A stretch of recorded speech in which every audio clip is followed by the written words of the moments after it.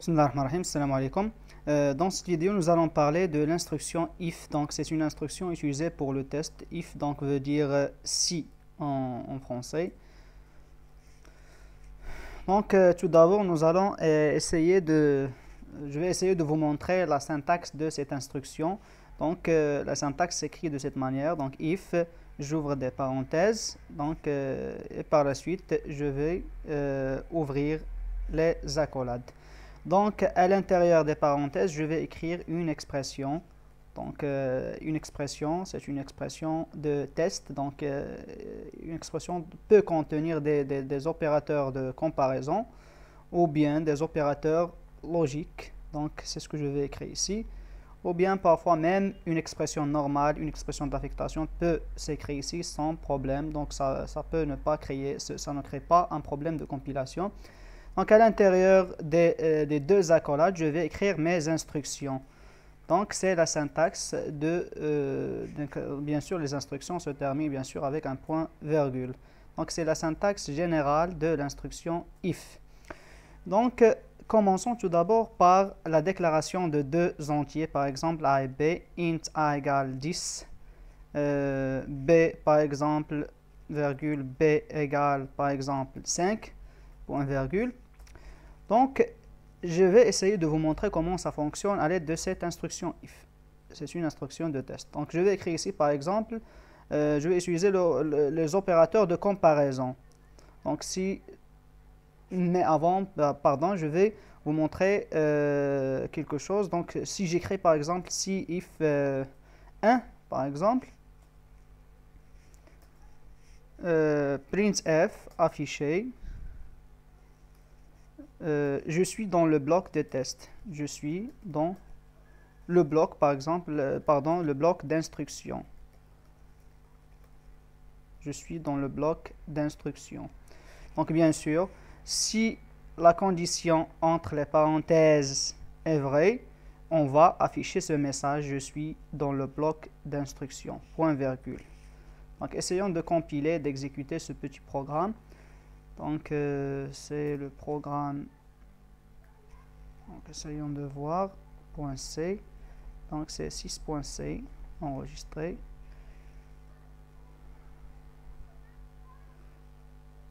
Donc, ça se compile. Donc, ici, je suis dans le bloc d'instruction. La condition 1 est vraie. Donc, je suis à l'intérieur du bloc.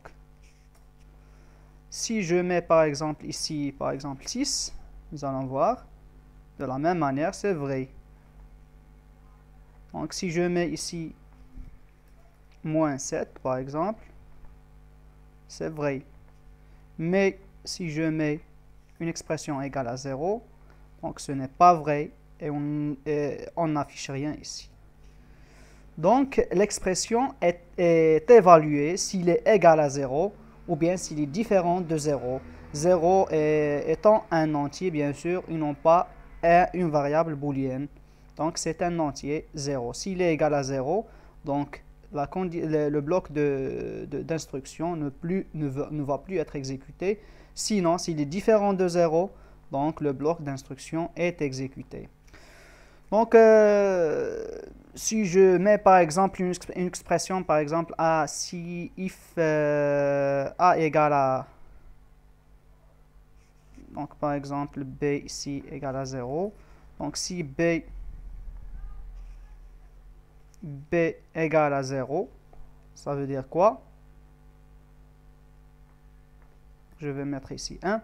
Donc, est-ce que b égale à 0? Donc, b n'est pas égal à 0, elle est égale à 1 ici. Mais ici, nous avons utilisé un opérateur d'affectation. Donc, j'ai mis la valeur 0 dans b et j'évalue l'expression qui est égale à 0. Donc, dans ce cas, je ne vais plus entrer dans le bloc d'instruction. Malgré que b égale à 0. Donc, b égale à 0. If b égale à 0, je vais tester encore. Donc, jamais je vais entrer dans le bloc d'instruction parce que cette expression est évaluée comme étant 1, 0. Donc, il vaut 0. Donc, ce que je dois faire normalement, c'est utiliser l'opérateur de comparaison et non pas l'opérateur d'affectation. Donc, l'opérateur de comparaison, c'est égal, égal. Donc, dans ce cas, je suis en train de comparer B avec 0 et non pas d'affecter 0 à B et de comparer le résultat obtenu qui vaut 0. Donc, ici, je suis dans le bloc d'instruction. Donc, c'est vrai, dans ce cas, B est vraiment égal à 0. Donc, je vais entrer dans le bloc d'instruction. Donc, c'est le premier opérateur utilisé, c'est l'opérateur égal, égal pour comparer deux nombres. Donc, le deuxième opérateur de comparaison, c'est l'opérateur inférieur strictement. Donc, est-ce que B est inférieur strictement à 12? Donc, B est inférieur strictement à 12. Donc, je serai dans le bloc d'instruction. Donc, c'est inférieur ou égal, par exemple, est-ce que B est inférieur ou égal à 0? C'est vrai que B est inférieur ou égal à 0. Donc, je serai dans le bloc d'instruction. Est-ce que B est supérieur ou égal à 0? C'est vrai qu'il est supérieur ou égal à 0. Donc, je serai dans le bloc d'instruction. Mais si je mets par exemple ici A, donc je compare B à A, est-ce que B est supérieur ou égal à A?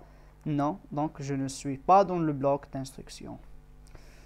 Essayons de voir maintenant, exécutons ce petit morceau, ce petit code. Donc, essayons de voir maintenant la deuxième syntaxe de l'instruction if. Donc, c'est la syntaxe la plus simple de l'instruction if. Donc, comme vous avez vu dans cet exemple, si B est égal à A, donc je dois afficher, donc je suis dans le bloc d'instruction. Sinon, donc si B n'est pas supérieur à A, qu'est-ce que je dois afficher? Je n'affiche rien, comme vous voyez ici. Donc, rien. Donc, qu'est-ce que je dois faire? Je dois prévoir, même pour B inférieur à A, un autre bloc d'instruction. Donc, ici, je vais écrire, je suis dans le bloc d'instruction, par exemple, numéro 1. Donc, je prévois un autre bloc d'instruction. Donc, si j'utilise cette instruction, c'est d'une manière très simple, pour la deuxième fois, si B est inférieur à A. Donc, bien sûr, je vais écrire, je suis dans le bloc d'instruction numéro 2. Numéro 2. Donc, si j'exécute, donc ça m'affiche, je suis dans le bloc d'instruction numéro 2. Donc, qu'est-ce qu'il a fait? Donc, il a testé si B est supérieur à A, donc c'est faux. Donc, B est inférieur à A, donc c'est faux. Donc, la condition B supérieure à A est fausse. Donc, il est évalué par une valeur égale à 0. Donc, on ne doit pas entrer dans ce bloc d'instruction. Il a passé pour la deuxième fois à tester si B est inférieur à A. Donc, c'est vrai. Donc, cette expression est évaluée comme étant une expression non nulle. Donc, il a entré dans le bloc d'instruction numéro 2. Donc, on peut utiliser une deuxième syntaxe, autre que la syntaxe if expression bloc d'instruction. On peut utiliser l'instruction else. Donc, if, si la condition entre les deux parenthèses est vraie, je dois exécuter ce bloc d'instruction. Sinon, donc else veut dire sinon. Sinon, je vais exécuter ce bloc d'instruction numéro 2. Essayons de voir. Donc, puisque elle a testé la première condition B supérieure à A, donc c'est fausse, elle est fausse. Donc, il a passé à exécuter le deuxième bloc d'instruction. Un petit problème qui se pose ici, c'est lorsque, par exemple, je vais évaluer si B est supérieur strictement à 0. Donc, si B est supérieur strictement à 0, on va exécuter ça. Else, si je mets une valeur de B, par exemple, égale à moins 6. Donc, else, je vais afficher, par exemple, ceci. Donc, j'exécute. Donc, le bloc d'instruction numéro 2. Donc, si je mets, par exemple, B inférieur strictement à 0, je vais exécuter le bloc d'instruction numéro 1. Si je mets par exemple, si B est égal à 0,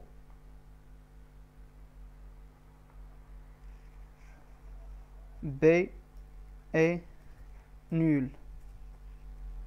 Else, donc je peux utiliser, je peux voir les choses de cette manière. B est non nul. Donc si j'exécute, donc B est non nul, puisqu'il est égal à moins 6. Si je veux par exemple voir s'il est positif ou négatif, strictement positif ou négatif. Donc si j'utilise cette instruction, si B est strictement positif, donc c'est faux, il n'est pas strictement positif, sinon, donc je vais afficher ici. S'il est strictement positif, j'affiche est strictement positif. Ici est négatif ou nul, bien sûr. Donc il est négatif ou nul. Donc on est en train d'évaluer B.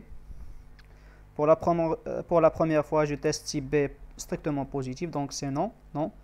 Donc j'affiche le message inverse. Donc le résultat inverse, c'est négatif ou nul.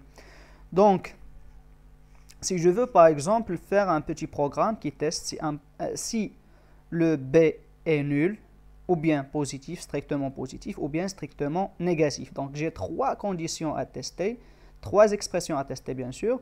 Donc qu'est-ce que je dois faire? Je peux utiliser if 3 fois avec le bloc d'instruction, mais ce n'est pas très pratique. Donc ce que je préfère faire, c'est utiliser des instructions comme celle-là.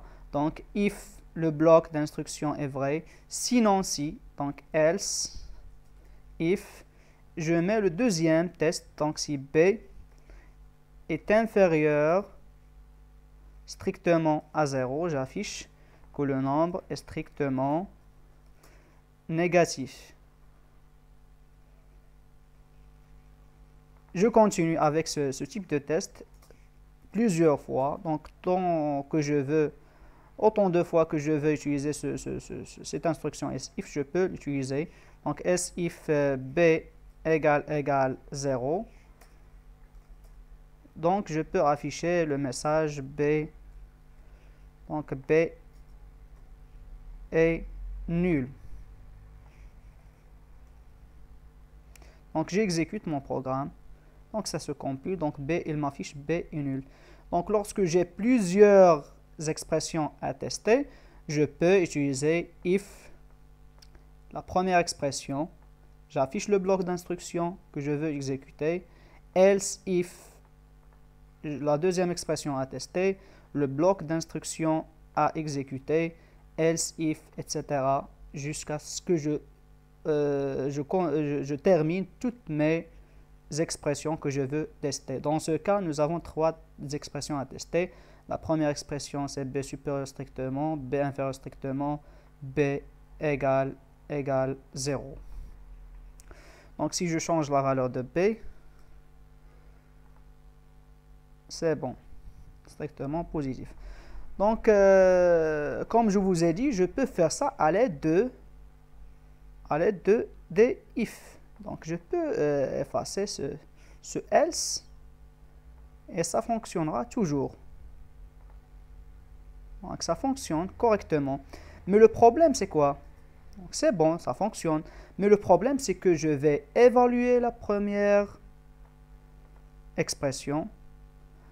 S'il est fausse, je passe. S'il est fausse, je vais passer à la deuxième expression. S'il est vrai, je vais exécuter ceci. Donc, même s'il est vrai, je vais tester cette deuxième expression. Si la deuxième expression est vraie, je vais exécuter ceci. S'il est fausse, je passe à exécuter ça. Donc, dans ce programme écrit de cette manière, je dois évaluer toutes les expressions après if. Elles sont toutes évaluées. Et malgré que je sais que Si l'une des expressions est vraie, les autres expressions, bien sûr, vont être fausses. Donc, à quoi sert de vérifier, de tester chaque fois toutes les instructions après if? Donc, ça va utiliser ma mémoire et mon processeur d'une manière massive. Donc, c'est pour cette raison que je demande à mon ordinateur d'éviter de faire les tests si l'une des expressions est vraie. Donc, dans le cas de else if, qu'est-ce qu'il va faire? Il va tester la première condition. Donc, s'il est vrai, il va exécuter ce bloc d'instructions et il va partir. Donc, si les fausses, elle passe à la deuxième instruction, else if. Elle va l'évaluer. S'il est vrai, donc il va exécuter ce bloc, il va partir. Sinon, il va continuer à exécuter jusqu'à else if. Donc, c'est l'intérêt de l'utilisation de else if au lieu d'utiliser seulement 3 instructions if. Donc, c'est faisable. Je peux réaliser ce petit code de cette manière. Donc, rappelons, qu'est-ce que nous avons vu? Nous avons vu if expression bloc d'instruction. Nous avons vu if avec un else. Donc, else veut dire sinon. Donc, lorsque j'ai, par exemple, 2 blocs d'instructions à exécuter, 2 blocs d'expressions à tester, à vérifier. Et le cas général, c'est lorsque j'ai plusieurs expressions que je veux tester. Dans ce cas, je peux utiliser else if plusieurs fois. Et je peux, si je sais que la dernière condition qui me reste, c'est b égale à 0, donc je peux mettre ici else, et c'est fini. Donc pour la dernière condition, ça veut dire quoi else? C'est l'inverse, ou bien le contraire de toutes les conditions que j'ai déjà évaluées. Donc j'exécute et ça fonctionne correctement. Merci pour votre attention et à la prochaine, Inch'Allah.